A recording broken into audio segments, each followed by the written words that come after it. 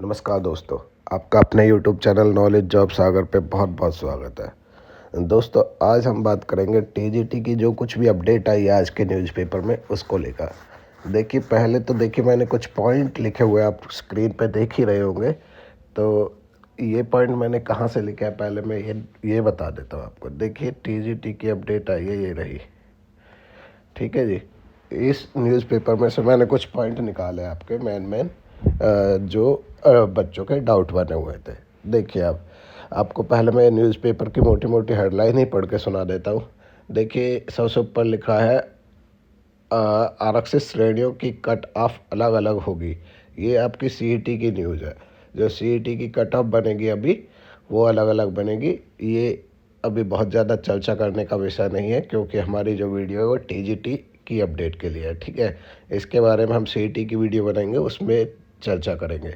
दूसरा पॉइंट है, सीईटी का संशोधित स्कोर आज हो सकता है सार्वजनिक। जो स्कोर बना है, मतलब स्कोर कार्ड होगा, रिवाइज आंसर की होगी, जो मैंने आपको बताया था, जैसा कि कोर्ट ने आदेश दिया है हरियाणा स्टाफ सिलेक्शन को। तो उसके तहत आज ये अपना शायद स्कोर कार्ड आज सार्वजनिक कर दे।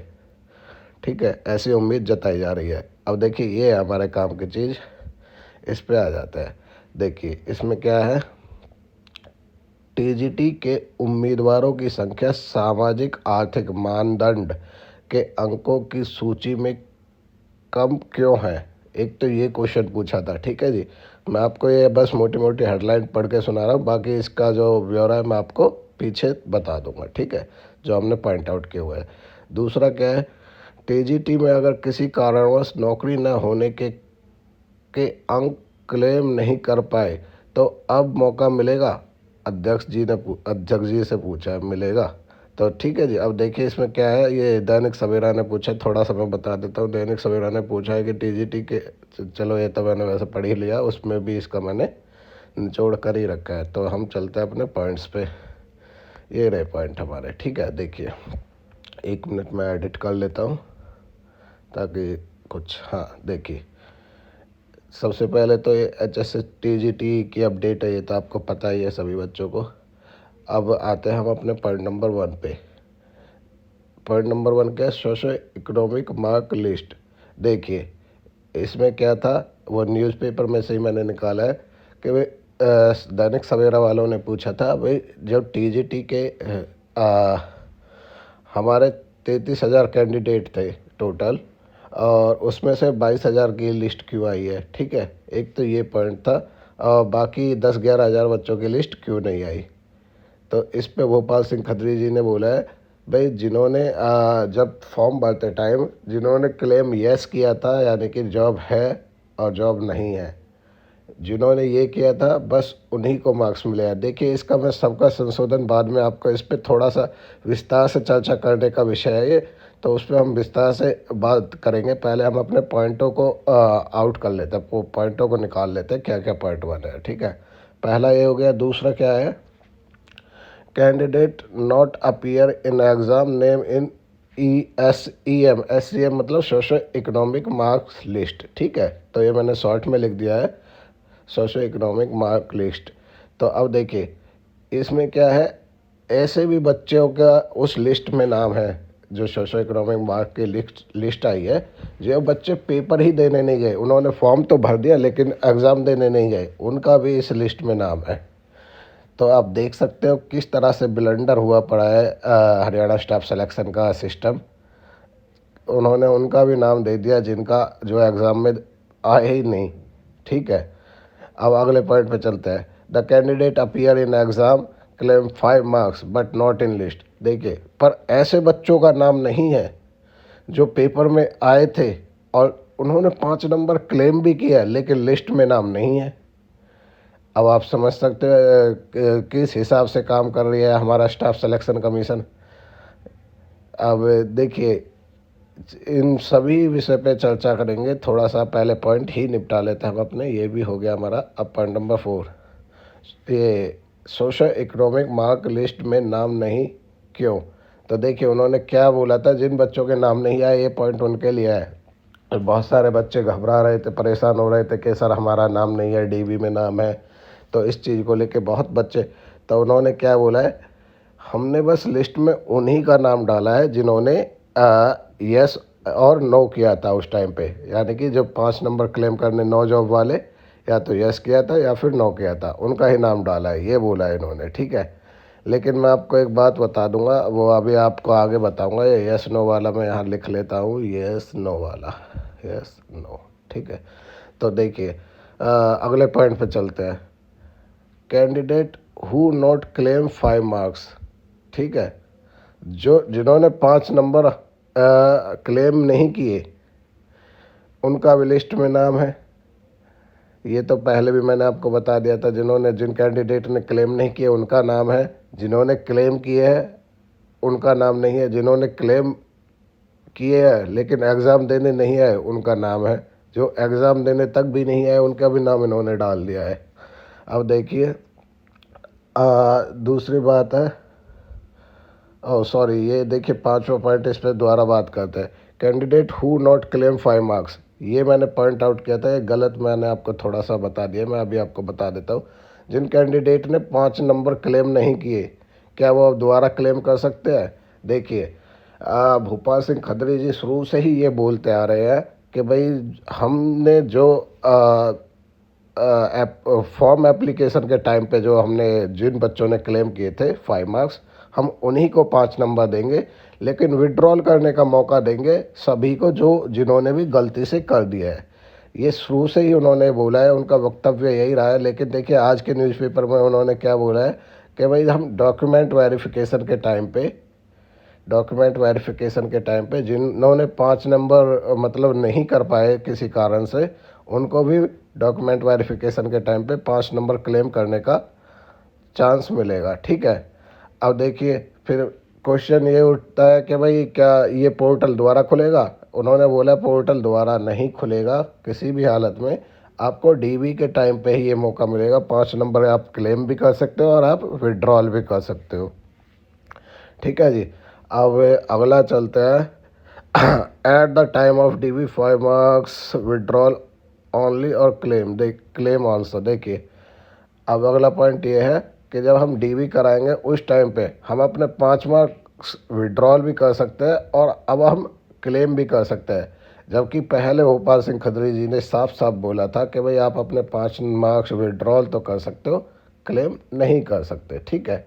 तो अभी हमारे पॉइंट ये सारे आउट हो गए कंप्लीट। अगर फिर भी इनमें किसी को भी डाउट है तो एक बार कमेंट बॉक्स में कमेंट छोड़ देना।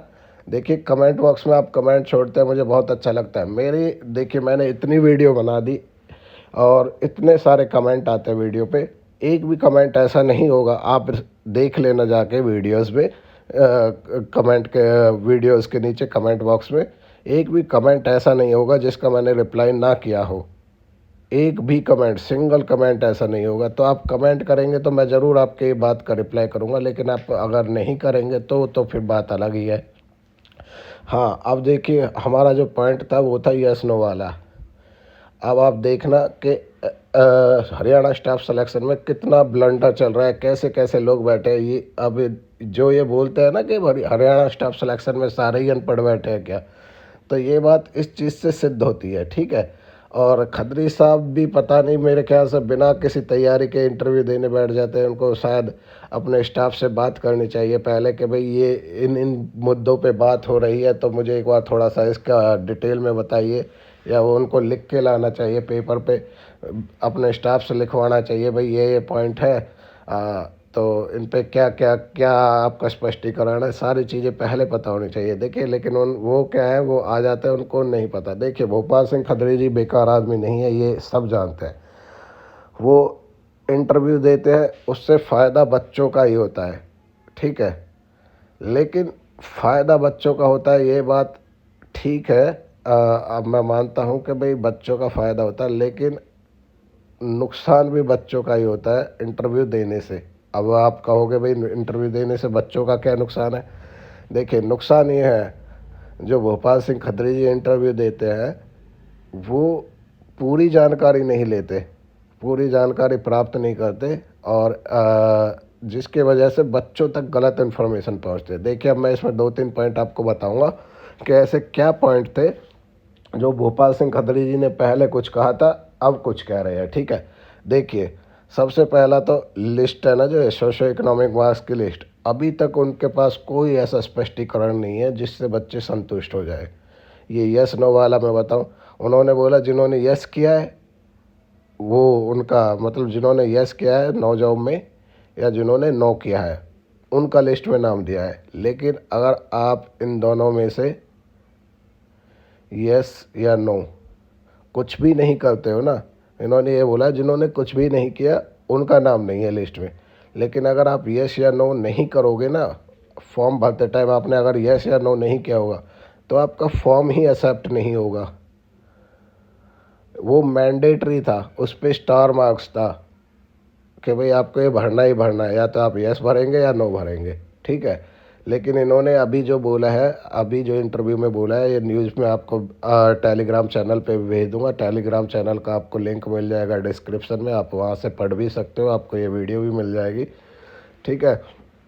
तो अगर आपने यस और नो वहाँ पे किया ही नहीं है तो आपका फॉर्म ही आगे नहीं बढ़ता। तो ये बात तो उनकी गलत हो गई कि भाई जिन्होंने कुछ भी नहीं किया बस उन्हीं के नाम नहीं है लिस्ट में। जिन्होंने कुछ भी नहीं किया उनका तो फॉर्म ही नहीं भरा सर। तो आप ये बात कैसे कह सकते हैं, ठीक है। तो इतना ब्लंडर चल रहा है, मतलब मैं अब क्या बोलूँ खदरी साहब से। दूसरा, ये देखिए, एक पॉइंट वो हो गया सोशो इकोनॉमिक का, एक ये यस नो वाला हो गया, ठीक है। अब तीसरा पॉइंट मैं आपको बताता हूँ डीवी वाला। ये शुरू से जब से इन्होंने इंटरव्यू दिया है, ये शुरू से ये बोलते आ रहे हैं भाई जिन्होंने एप्लीकेशन फॉर्म के टाइम पे 5 नंबर क्लेम किया है, 5 नंबर क्लेम किया है एप्लीकेशन फॉर्म के टाइम पे, ठीक है, उनको तो 5 नंबर मिल जाएंगे। लेकिन अब जब आपका डीवी होगा उस टाइम पे आप 5 नंबर क्लेम नहीं कर सकते, आप विड्रॉल कर सकते हैं। ये शुरू से ही ये बोलते आ रहे हैं, शुरू से ही इन्होंने ये बोला है। देखिए, मैं बिल्कुल इस पक्ष में नहीं हूँ कि भाई जिन बच्चों का गलती से नहीं हुआ उस टाइम पे क्लेम वो अब भी 5 नंबर ना ले। अगर देखिए जो जो एप्लीकेबल है, जिसको सही में 5 नंबर चाहिए और सरकार जो दे रही है, तो देखिए उसको बिल्कुल लेने चाहिए, ठीक है। लेकिन इन्होंने जो, मैं इनकी ब्लंडरता बता रहा हूँ, इनकी मिस्टेक बता रहा हूँ, ये कितनी हैवी मिस्टेक करते हैं, कुछ भी बोलते हैं, क्या बोलते हैं, कुछ सोच समझ के बोलते भी या नहीं बोलते, मेरी ये समझ में नहीं आता। देखिए, उन्होंने बोला था भाई 5 नंबर आप ले तो सॉरी विड्रॉल तो कर सकते हैं डीवी के टाइम पर, लेकिन ले नहीं सकते। लेकिन आप आज का न्यूज़पेपर की कटिंग में आपको डिस्क्रिप्शन बॉक्स में, सॉरी टेलीग्राम चैनल पे डाल दूंगा, आप वहाँ पे देख भी सकते हैं। इन्होंने बोला है कि भाई आप 5 नंबर ले भी सकते हैं अपने डीवी के टाइम पे और विड्रॉल भी कर सकते हैं, ठीक है। अब इसका मतलब क्या हुआ, देखिए इन्होंने तो बोल दिया अभी ले भी सकते हैं विड्रॉल भी कर सकते हैं, लेकिन अब हम जो आपको इन्फॉर्मेशन दे रहे थे, जो हमने आपको पहले इन्फॉर्मेशन दी है, उसमें हमने यही बोला है कि भाई आप 5 नंबर क्लेम नहीं कर सकते, आप 5 नंबर विड्रॉल ही कर सकते हैं। हम शुरू से ही आप लोगों से ये बोलते आ रहे हैं। तो इसका मतलब देखिए इन्होंने इस टाइम पे आके हमें झूठा बना दिया, खुद तो झूठे बने ही बने, हमें भी झूठा बना दिया। पर चलिए कोई बात नहीं, अच्छी बात है, जो बच्चे दे नहीं ले पाए थे उस टाइम पे अब ले पाएंगे, ये तो बहुत अच्छी बात है। लेकिन इनकी मिस्टेक आप देख ही रहे हैं, तो अब मैं इससे ज़्यादा क्या बोलूँ इनके लिए। चलो छोड़ो, जो भी है। अभी देखिए, जिन भी बच्चों का कोई भी अगर डाउट है किसी भी कैंडिडेट का, तो वो कमेंट बॉक्स में कमेंट छोड़ सकता है, उसके कमेंट का जवाब ज़रूर मिलेगा। और इन पॉइंटों को लेकर अगर किसी का कोई भी समस्या बन रही है, और 5 नंबर वालों के लिए बहुत बहुत मुबारकबाद। ऐसे बहुत सारे बच्चे थे वो कह रहे थे सर हम उस टाइम पे नहीं कर पाए, लेकिन अभी हम कर सकते हैं, तो उन सभी को देखिए 5 नंबर अब मिल जाएंगे, ऐसा कहना है भोपाल सिंह खत्री जी का आज के न्यूज़पेपर के हिसाब से। और आगे देखते हैं वो कब बदल जाए, कुछ नहीं पता होता। जैसे अभी वो बदल गया तो हो सकता है आगे भी बदल जाए। लेकिन देखिए, मैंने पहले भी आपको बताया था, पहले मैंने एक वीडियो में एक कैंडिडेट था, वो बहुत परेशान थे कि सर मेरे पास सारे डॉक्यूमेंट है और मैंने उस टाइम पे 5 नंबर नहीं लिए थे, तो क्या अब हम ले सकते हैं। तो मैंने उनसे यही बोला था, देखिए वैसे तो भोपाल सिंह खत्री जी ने साफ साफ मना किया है कि भाई 5 नंबर क्लेम नहीं कर सकते। लेकिन मेरे जो पिछला अनुभव है, मेरे एक कैंडिडेट था, हरियाणा वो जो दुर्गा शक्ति की वैकेंसी आई थी उसमें उसमें क्या था, उन्होंने फॉर्म भरते टाइम तो अपनी डिग्री वहाँ पे नहीं दिखाई थी, उन्होंने अप्लाई नहीं की थी, लेकिन जब उनका डीवी हुआ था तो उन्होंने अपनी डिग्री दिखाई थी। लेकिन उनकी डिग्री क्या थी कि जो उन्होंने फॉर्म एप्लीकेशन फॉर्म भरा था उससे पहले की थी। मतलब जो उन्होंने कट ऑफ डेट दी थी एक तरह से कि भाई इससे पहले पहले के डॉक्यूमेंट होने चाहिए, तो उससे पहले की थी। अगर आपके पास भी जब इनकी लास्ट डेट थी एप्लीकेशन फॉर्म भरने की, उससे पहले कि अगर आपके पास कोई भी पेपर है तो आप उसको अपने साथ ज़रूर लेके जाइए। हो सकता है ये वैलिड कर दे। लेकिन अभी देखिए इन्होंने अब तो साफ साफ बोल ही दिया है कि अब ये वैलिड हो जाएगा, लेकिन उन्होंने पहले मना किया था। तो मैं अभी भी आप लोगों से यही बोलूँगा कि भाई अगर देखिए मना करे या अब ये हाँ करे, अगर आपके पास कोई भी ऐसा डॉक्यूमेंट है जिससे आपको 5 नंबर या कोई भी फ़ायदा हो पेपर का, अगर वो आपकी कट ऑफ डेट से पहले है तो वो आप अपने साथ डीवी में ज़रूर लेके जाए। आप उनको दिखाए। अगर वैलिड करते हैं तो देखिए ठीक ठीक है, ये तो वेल एंड गुड है अगर वैलिड कर देते हैं।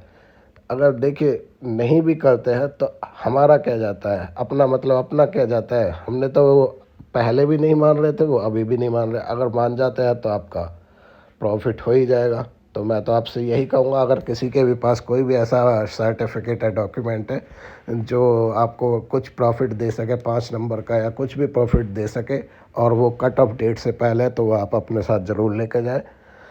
हाँ, तो आपको हो सकता है 5 नंबर मिल जाए। चलिए जी, आप देखिए आपने यह वीडियो यहाँ तक देखी, आपका बहुत बहुत धन्यवाद। अगर किसी का डाउट है तो कमेंट बॉक्स में कमेंट छोड़ दीजिए। और एक छोटी सी रिक्वेस्ट दोबारा से मैं करता हूँ कि प्लीज़ आप वीडियो देख लेते हैं, चैनल को सब्सक्राइब नहीं करते तो प्लीज़ चैनल को ज़रूर सब्सक्राइब कर लीजिए। हमारे चैनल का नाम है नॉलेज जॉब सागर, KJS। आप कोने पे देख भी रहे होंगे KJS, ठीक है, नॉलेज जॉब सागर। आप चैनल को सब्सक्राइब करके रखिए। आपको इसी तरह से खबरों का देखिए स्पष्टीकरण मैं देता हूँ। मैं चाहता तो आपके सामने न्यूज़पेपर भी पढ़ सकता था, लेकिन देखिए वो आप शायद मुझसे बेहतर पढ़ लेते। लेकिन मुझे जो लगता है कि भाई न्यूज़पेपर में से जो मेन मेन पॉइंट है जो आप तक पहुंचने चाहिए, जो आपको अगर डिस्कस करने चाहिए, तो इसलिए मैं मेन मेन पॉइंट ही निकालता हूं और आप तक पहुंचाने की कोशिश करता हूं। तो आपको वीडियो अच्छी लगी हो तो वीडियो को लाइक करिए। अगर किसी जो HSSC TGT वाले कैंडिडेट हैं उनके पास वीडियो को शेयर करिए। और देखिए एक छोटी सी बात और मैं कहना चाहूँगा। देखिए अगर आपको थोड़ी सी वीडियो बड़ी हो जाएगी, लेकिन चलो कोई बात नहीं, बात ज़रूरी भी है तो कह देते हैं। देखिए आपको पता है आज TGT का, सॉरी CET का संशोधित रिजल्ट आ रहा है, ठीक है, मतलब रिवाइज रिजल्ट आ रहा है CET का। उसमें क्या हो रहा है, इनको स्कोर कार्ड दे रहे हैं और इनकी रिवाइज आंसर की दे रहे हैं कि भी इस आंसर की के हिसाब से आपका ये इतने नंबर बनते हैं। जब देखिए आप CET का रिवाइज रिजल्ट दे रहे हैं, रिवाइज आंसर की दे रहे हैं और स्कोर कार्ड दे रहे हैं, तो क्यों आप TGT का क्यों नहीं दे रहा है? जबकि आप देखिए दोनों ही आपके आपके लिए तो TGT के स्टूडेंट्स भी ऐसे ही है और CET के स्टूडेंट्स भी ऐसे ही है।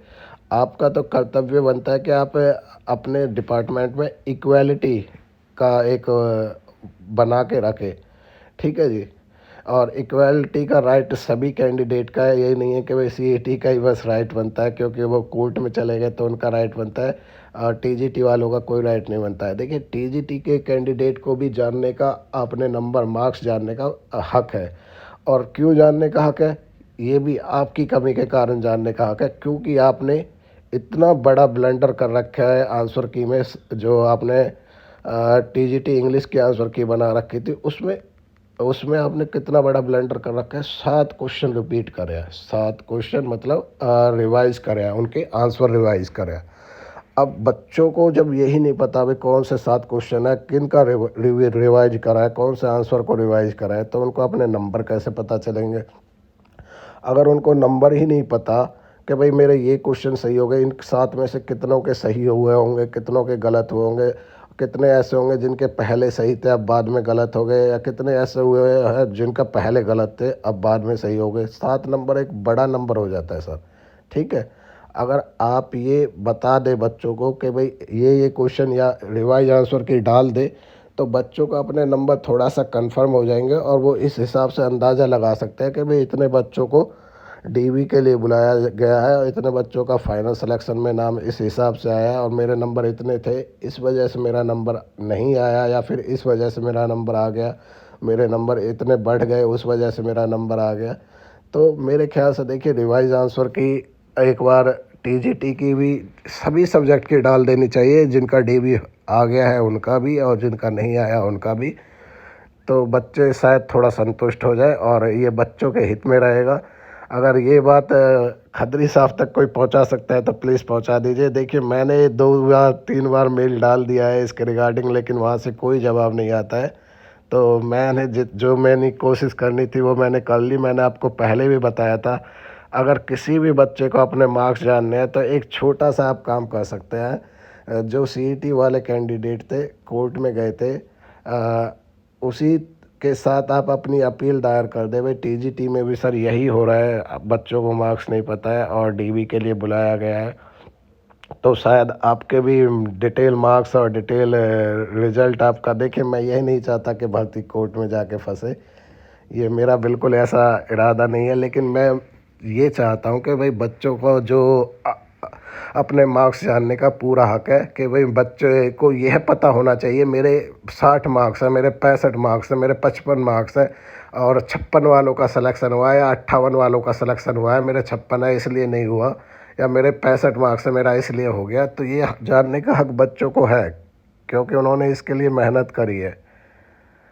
चलिए वीडियो बहुत ज़्यादा बड़ी हो जाएगी, इस पे ज़्यादा डिस्कस ना करते हुए अब मैं यही कहूँगा, अगर आप एक बार हरियाणा स्टाफ सिलेक्शन में जाके इसके रिगार्डिंग आप एक एप्लीकेशन दे दें, जो भी वहाँ का नियर बाय कोई कैंडिडेट है तो वहाँ पे एक एप्लीकेशन दे सकता है कि सर ऐसे ऐसे हमारा भी एक बार रिवाइज आंसर किया वो डाल दी जाए या फिर हमारा स्कोर कार्ड डाल दिया जाए, तो बच्चे काफ़ी हद तक संतुष्ट हो जाएंगे। चलिए धन्यवाद, आपने यह वीडियो यहाँ तक देखी और प्लीज़ चैनल को सब्सक्राइब करके जाइएगा। आपका बहुत बहुत धन्यवाद, आपका दिन शुभ रहे।